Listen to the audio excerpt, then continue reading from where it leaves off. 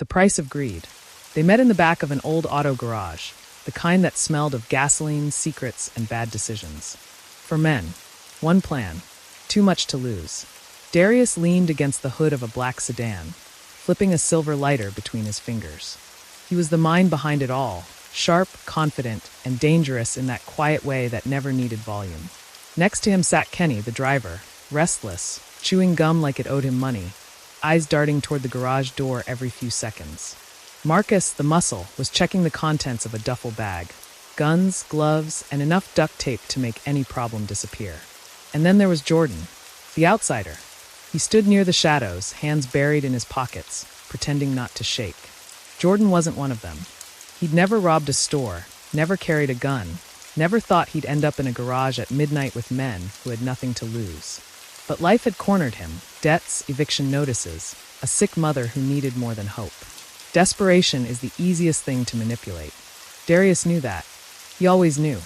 He tossed the lighter at Jordan. "You sure you want to do this?" Jordan caught it clumsily. "You said I'd get 10 grand. Darius smirked. "If it goes right, you'll get 50. That was the hook. The plan was simple, or so Darius made it sound. An armored cash van, parked every Friday night behind the old Crestview Mall. The guards would be on break, the cameras dead for 5 minutes. In and out. No noise. No blood. Darius handled the timing. Kenny drove. Marcus managed the guards. Jordan's job was small. Just keep the van door open and help load the cash. "Easy money," Darius said. "You'll be home before midnight." Jordan nodded, but his stomach didn't agree. Friday came with a chill. The sky was black velvet, the streets empty, the kind of night that makes the world feel like it's holding its breath. They parked 2 blocks from the mall. Darius laid out the plan one last time, his voice calm, almost surgical. 3 minutes in. "If it takes longer, we bail." Marcus cracked his knuckles. "We don't bail." Kenny adjusted his gloves. "You always say that." Darius smiled. "And we always walk away rich." Jordan stayed quiet, his heartbeat drumming louder than the engine. The van appeared on schedule, white, armored, heavy with promise. It rolled into the alley behind the mall, stopping by the rear loading dock. The guards stepped out, one lighting a cigarette, the other scrolling his phone. "Now," Darius whispered. They moved like ghosts. Marcus and Darius approached from the left, Kenny circled around, and Jordan followed, clutching the duffel. Marcus struck first, a quick blow to the smoking guard's temple. Darius grabbed the other and shoved him against the van, whispering something sharp enough to make the man freeze.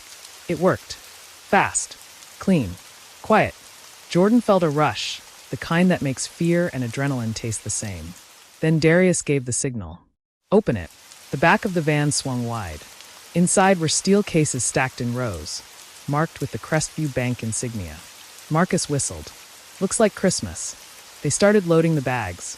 1, 2, 3, for the rhythm of wealth filling the silence. And then greed did what greed always does.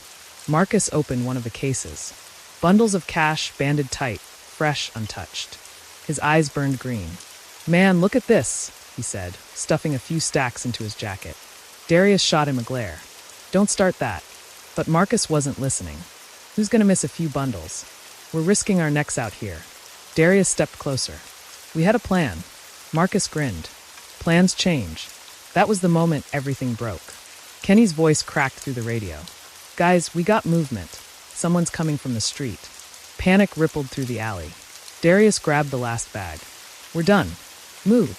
But Marcus didn't budge. "I'm taking what's mine." The argument turned sharp. Darius reached for the gun tucked behind his belt. Not aiming, just a warning. "Marcus," he hissed, "drop the cash." Jordan froze, torn between them, the sound of sirens beginning to echo in the distance. And then it happened. Marcus swung the duffel at Darius. The gun went off, a flash, a scream, a thud. Darius stumbled, clutching his side. The world shrank to chaos. Kenny shouting through the earpiece, Jordan grabbing Darius by the arm, Marcus cursing as the guards stirred awake. "Go!" Jordan yelled. "We have to go." They ran, not together, not in rhythm, just 4 desperate men scrambling through an alley that suddenly felt endless. Kenny's headlights cut through the darkness as they piled into the car. The tires screeched, and the van disappeared behind them. No one spoke. The rain of sirens faded, replaced by the pounding of blood. Then Darius's voice broke the silence. "He shot me." Marcus's jaw tightened. You pointed first. Darius's hand went to his wound, blood slipping between his fingers. We could have made it clean. Clean. Marcus barked. You were never going to split it even, Darius. Don't act holy now. Jordan looked between them, the realization sinking like ice. This wasn't a team. It was a time bomb. They reached the warehouse near the docks, their hideout, their undoing. Kenny killed the engine. We gotta get you to a hospital, man. Darius shook his head. No hospitals. His voice was faint now. They'll trace us. He turned to Jordan, his eyes glassy but still sharp. Take the bag. There's enough in there to disappear. Go home. Jordan stared at him.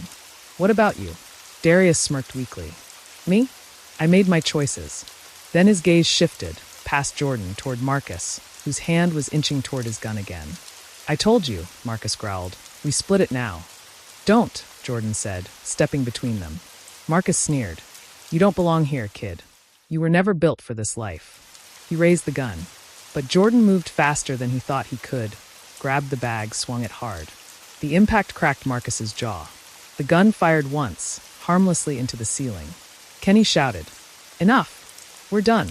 But it was too late. Darius slumped over, breath gone. The leader was dead. Silence. Then Kenny whispered, We can't come back from this. Marcus wiped the blood from his mouth, eyes wild. We split and vanish. No one talks. But Jordan was already walking away, the bag in his hand, his face unreadable. He didn't take the money.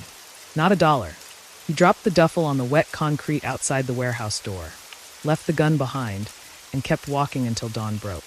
When the police raided the docks that morning, they found the cash untouched. 3 men in custody, 1 dead, and 1 missing.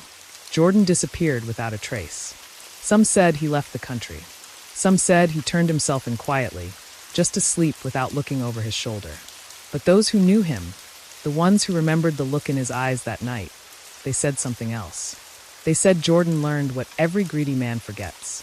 When money becomes the reason, friendship becomes the cost. And in every heist, the most expensive thing you can lose is trust.